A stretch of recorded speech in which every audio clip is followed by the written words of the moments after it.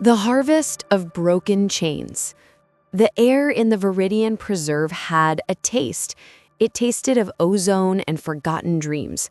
It was heavy, this air, heavy with moisture from the alien flora that surrounded us, heavy with the scent of blooming xenos plants that smelled like cinnamon and regret, but heaviest of all with the unspoken despair of its inhabitants. This was not the old South of Earth's history, though, if you squinted, you could see the ghosts of that particular horror in the way humans moved, heads slightly bowed, shoulders permanently curved as if expecting a blow. But here, the overseers weren't men with whips and sunburned necks. They were beings of light and impossible geometry, the Verthani. And their plantation wasn't for cotton or tobacco. It was for us. Our emotions, our very souls. They called this place a cultural preservation zone, a living museum, they said, a sanctuary to protect a dying species. The lie was almost as thick as the air. We weren't preserved, we were curated, studied, and when the season turned, we were harvested. My name is Elijah. I am 25 years old, and I remember the taste of real air. I remember the feel of real rain. These are my most treasured, most painful memories. I clutch them to my chest in the deep watches of the night, when the pulsing, organic walls of our quarters seem to close in, breathing with a slow, rhythmic cadence that is not our own. The quarters were dim, illuminated only by the soft, inherent bioluminescence of the living wood that formed our shelter. It pulsed with a faint, green light, a constant visual heartbeat that mirrored my own anxiety. In the corner, on a cot woven from glowing fibers, my younger sister Mala hummed.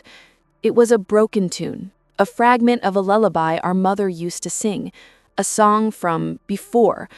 The melody was like a cracked vase, still beautiful, but spilling its contents. Mala was 17. With eyes that had seen too much and a heart that refused to harden. That was her curse, her vulnerability. "The dreams are just dreams, Mala," I said, my voice rough from the day's labor in the emotion fields, my hands calloused and stained from tending the bizarre, psychic-sensitive flora that the Verthani cultivated, rested on my knees. "They feel real, Eli. Mama's voice, it's so clear. And the shadow? The one with too many eyes?" I knew the shadow. We all did. It was the shape of a Verthani collector in our subconscious. They didn't just monitor our waking hours, they dipped into our dreams, tasting the unfiltered emotions that bubbled up from the depths. Vivid dreams, especially nightmares, were a beacon. They signaled a rich, untapped emotional well, a soul ripe with potential. And the Harvest Festival, looming just 3 days away, was all about reaping the ripest crops. I had seen it before. 2 years ago, my wife Lillian began having dreams of the child we lost. Visions so potent, so saturated with a grief so profound, it left her trembling upon waking. The collectors marked her. They called her sorrow a masterpiece of loss. They took her during the harvest.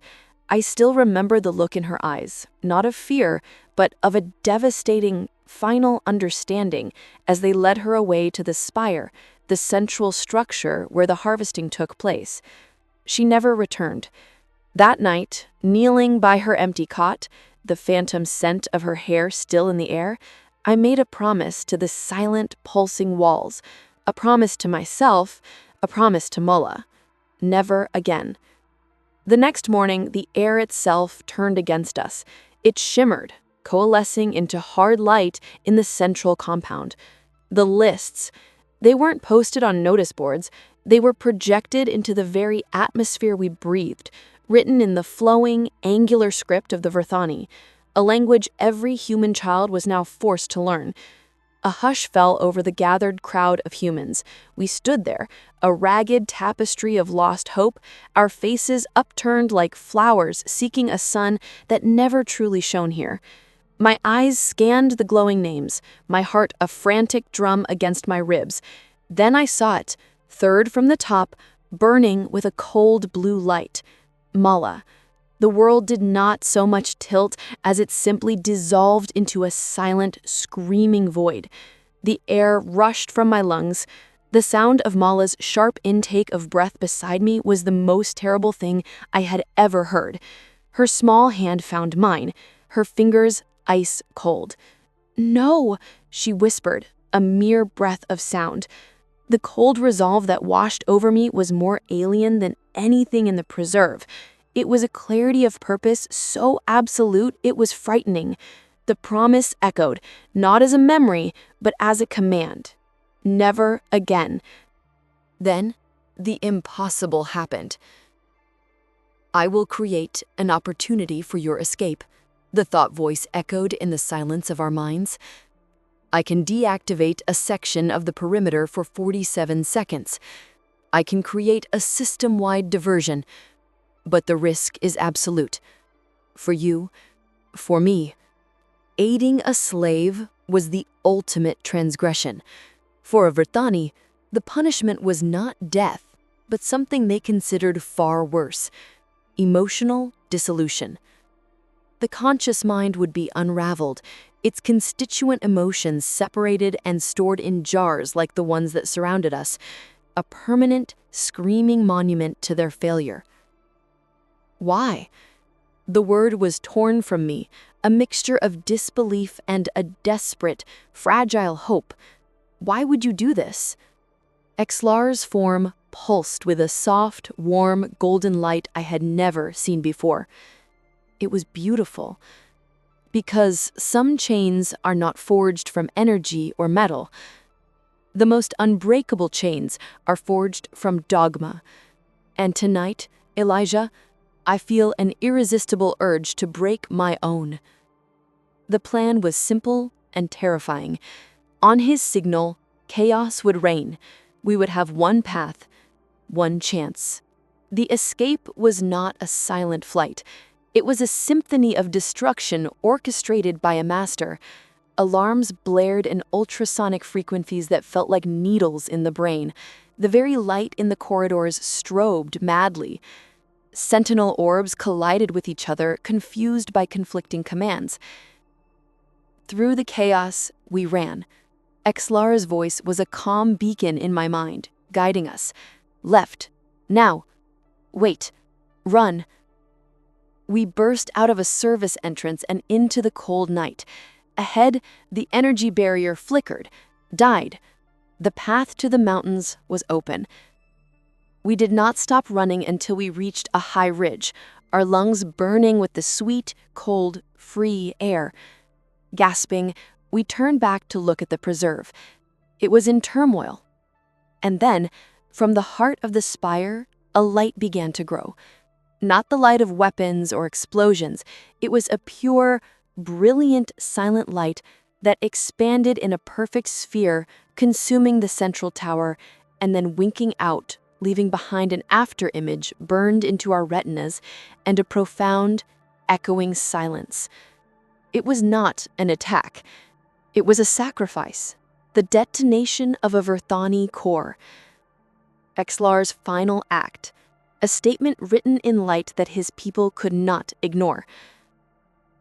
Weeks later, we found them, others who had escaped before us, or who had always been free, scratching out an existence in the harsh mountain wilderness. They were wary, thin, but their eyes held a fire that had been extinguished in the preserve. We were safe. We were free. But on quiet nights, I look up at the stars. They are no longer the cold, watchful eyes of our jailers, but a vast, open frontier of possibilities. I think of Exlar, the jailer who became a savior. I remember his final thought, transmitted not as a farewell but as a gift as we fled into the darkness. "You carry a new emotion with you now, Elijah, for which my people have no name. It is not in my galleries. It is the echo of a sacrifice made for a stranger. It is the resonance of a broken chain. Guard it, nurture it. Perhaps one day you will tell your children its name. And I know with a certainty that has become the foundation of my new life, that the most powerful harvest is not of what is taken, but of what is given freely. Exlarb did not just break our chains, he planted a seed of something new and fragile and beautiful in the universe, a seed of mercy that had grown from the most barren and unexpected soil. The story of the Viridian Preserve is over. The story of what comes next, that story is just beginning, and I, Elijah, will be here to tell it. And so, the harvest was over, but from the broken chains, a new world would grow. I had spent a lifetime learning the cage. While others bent their heads and worked, I observed. I noted the patrol patterns of the floating sentinel orbs. I mapped the blind spots in the shifting light fences that marched the perimeter. I watched the way the Verthani moved, their luminous forms gliding with an unnerving, silent grace. My mind had become a repository for the preserve's rhythms, its secrets, its flaws. Knowledge was the only weapon they couldn't take from us, and I had sharpened mine to a razor's edge. That night, under the baleful gaze of the twin green moons, I put my plan into motion. I became a ghost, moving through the shadows between the towering mushroom-like trees that wept a sticky, sweet sap.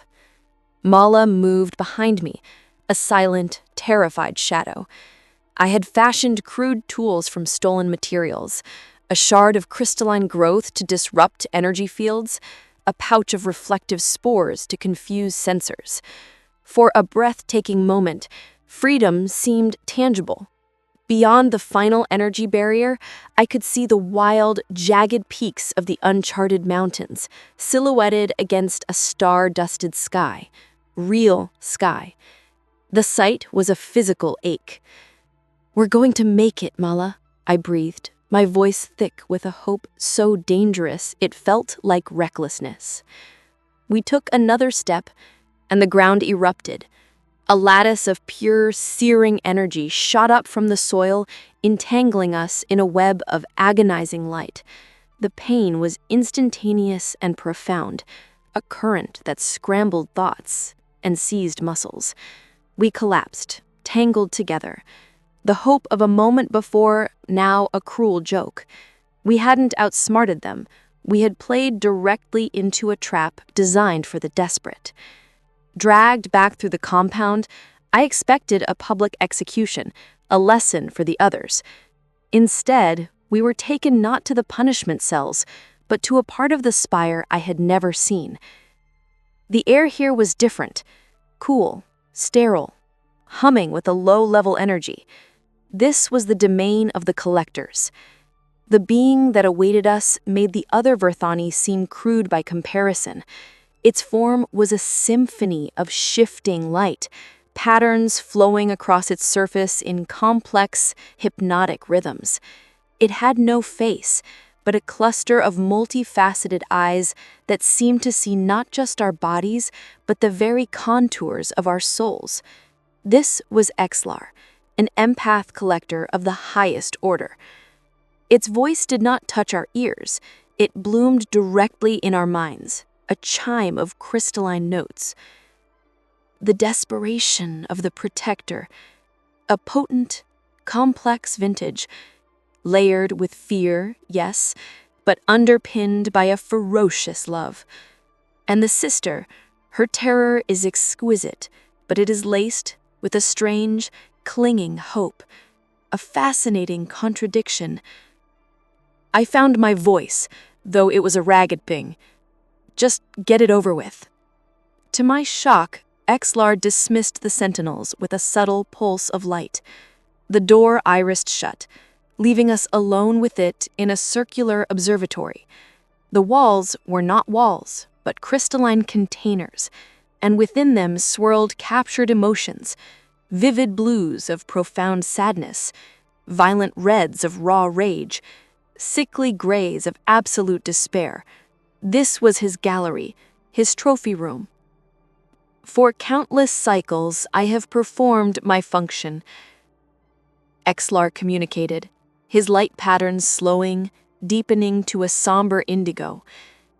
I have collected the screams of the newly taken, the silent tears of the broken, the gray resignation of the long defeated. I believed it was for a greater purpose, the advancement of our understanding of sentient emotion. We, Verthani, we have forgotten how to feel such things ourselves. We consume them to remember what we have lost. His light shifted, gesturing toward the containers. But your emotional signature is an anomaly. Your defiance is not pure blind rage. It is architectural. It is built, brick by brick, from love. It is a data point that corrupts my entire dataset, a variable I cannot reconcile.